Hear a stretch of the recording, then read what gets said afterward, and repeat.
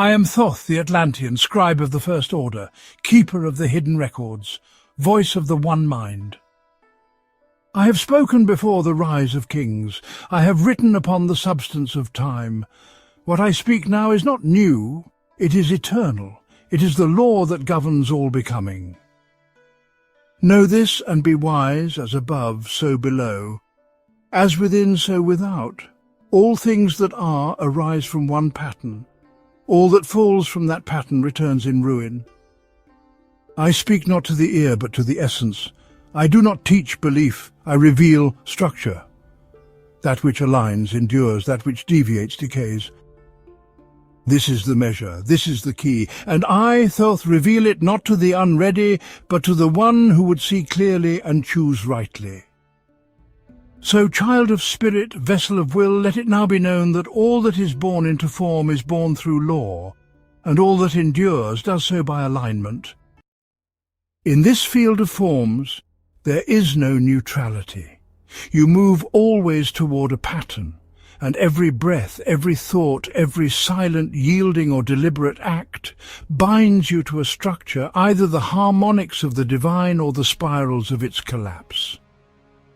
Thus you must understand that evil and good are not agents with faces, but logics with consequence. They do not wait outside you, they are choices within you, seeking expression through your alignment. I will now speak plainly and without veil. Listen not as one who wishes to be comforted, but as one who would be changed. The 5 paths are not philosophical abstractions, but living maps of internal becoming. They describe how power moves through the self and outward into the world. They trace the arc from influence to identity to expression. They are not theoretical, they are operational. If you do not work with them, they will work through you regardless. And the only way to choose rightly is to see rightly. I will give you now not analysis but teaching, and I will walk you through each triad as one who holds the rod of measure, the key of correspondence, and the scroll of what is written. First, let us consider the path where evil strikes the self, and the self becomes a transmitter, projecting its new dissonance into the world. This is no mere moral tale about being corrupted. It is the most dangerous kind of metaphysical alteration, a retuning of the soul's frequency. Evil, in this form, does not come with horns or weapons. It comes as distortion, a twist in the pattern, a disruption of harmony so subtle that it feels like self-protection. When the self receives this inversion uncritically, when it does not examine, transmute or refuse, it begins to echo what it once rejected. This is resonance, not infection. The self does not become possessed, it becomes misaligned. And once misaligned, it projects. It teaches others the same broken tune by its actions, its speech, its choices. Others receive this vibration and either resist or reflect. If they reflect, the loop is complete, the circuit of dissonance is closed, and the pattern of evil perpetuates itself without requiring any further will from its origin. Thus, evil replicates, not as domination, but as broadcast. And the only true resistance is not counterattack, but transmutation. If the soul receives harm and multiplies it, it becomes a node of disorder.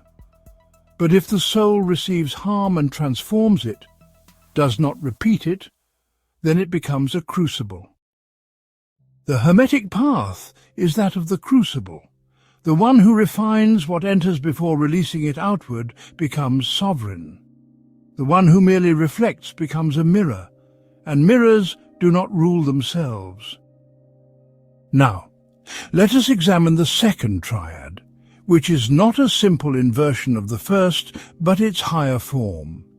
Here, goodness enters the equation, not as sentimental softness, but as the encoded architecture of rightness, the unseen pattern of the divine mind. Goodness is not the absence of evil. It is not resistance. It is the presence of true form. It is ma'at, order, proportion, intelligibility. When the soul aligns to this, its agency becomes the instrument of repatterning. It moves not to react, but to restructure. The agent infused with goodness does not merely block evil. They reshape the space where evil operated. That is why agency in this frame is not reactionary. It is authorial. It writes upon the field of being. It imprints. It inscribes.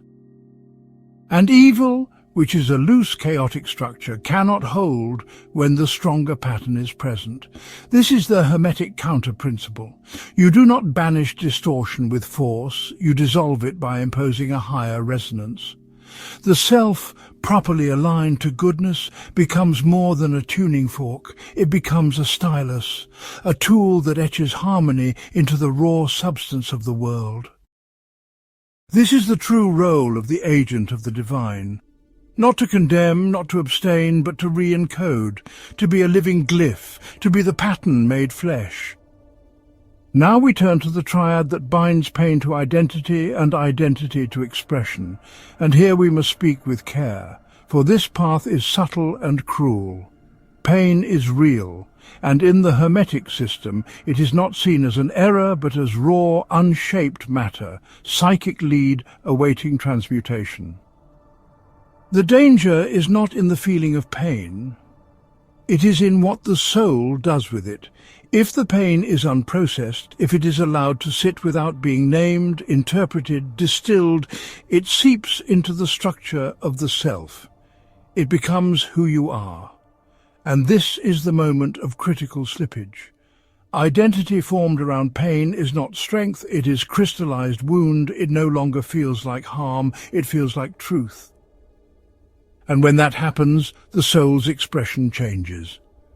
It does not act as an agent, it acts as a reflex. It does not choose, it reacts. It projects outward the structure that was forged inward. Others receive not you, but your imprint. And so pain becomes not just a private suffering, but a public virus. In this, you do not only carry the dissonance, you become its evangelist. You speak it into others, not with intent, but with being. The Hermetic solution is not repression, it is not denial, it is authorship. You must become the writer of your own identity, or you will be written by your pain. The work is alchemical. Only then can the self express something other than the echo of harm. To hold sovereignty over your pain is to refuse to allow it to speak for you. The fourth triad brings us to the architecture of illusion, retaliation, giving rise to justification, and justification hardening into the logic of evil. This is the most cunning of the triads because it disguises its movement as clarity. You are struck, and you strike back. That is not yet the trap. The trap is when the mind says, "I was right to strike." That is where dissonance enters and dresses itself as justice. The mind, once it has justified its reaction, begins to build a framework around it. It becomes self-reinforcing. Each new act of harm confirms the story. I am protecting myself. I'm doing what must be done. The mind no longer asks whether the action aligns with truth. It only asks whether it aligns with the story it has already written. And so the self is lost inside a closed circuit of false clarity. This is the logic of evil. Not chaos, but counterfeit coherence. It offers a system of belief in which every act of harm is already forgiven because it is pre-justified. The Hermetic adept must see through this mirage. You must interrupt the loop, and you cannot interrupt it with another retaliation. You must interrupt it with refusal. The sacred act is the withdrawal of assent. You must decline to live inside the mental system that evil has authored. You must say, "I do not accept this story, even if it flatters me. Even if it justifies my pain, I will write a new logic." Only then are you free.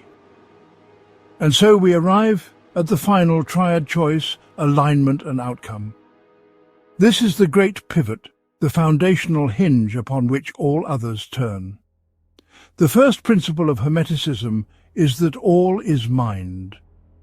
But the second is this: mind chooses.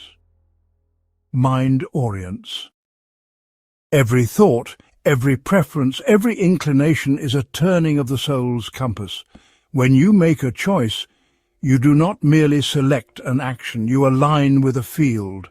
You place yourself in resonance with a structure, and that structure then shapes what follows. Alignment is not passive, it is geometry. You become congruent with what you choose, and from that congruence your future unfolds. Not as a fate imposed upon you, but as an echo of your own inward turn. The outcome is the natural flowering of alignment. It is not punishment or reward, it is consequence. If you choose the logic of retaliation, dissonance and fear, you will walk in a world shaped by those logics. If you choose the logic of divine form, order and clarity, you will inhabit their unfolding. The all flows through the vessel you prepare. That is not metaphor, that is law. You do not create reality from nothing, you channel it through the shape of your being. And so I say to you with finality, fear not evil, fear misalignment. That is the true danger, and your only safeguard is conscious, continual, unrelenting choice. I have spoken now not as judge, but as scribe. I record what is true so that you may see what must be chosen. Evil and good are not external states. They are ways of thinking, feeling, becoming. One seeks to echo what harms. The other seeks to transmute it. You must choose, and in choosing, you do not merely respond to the world. You begin to write upon it.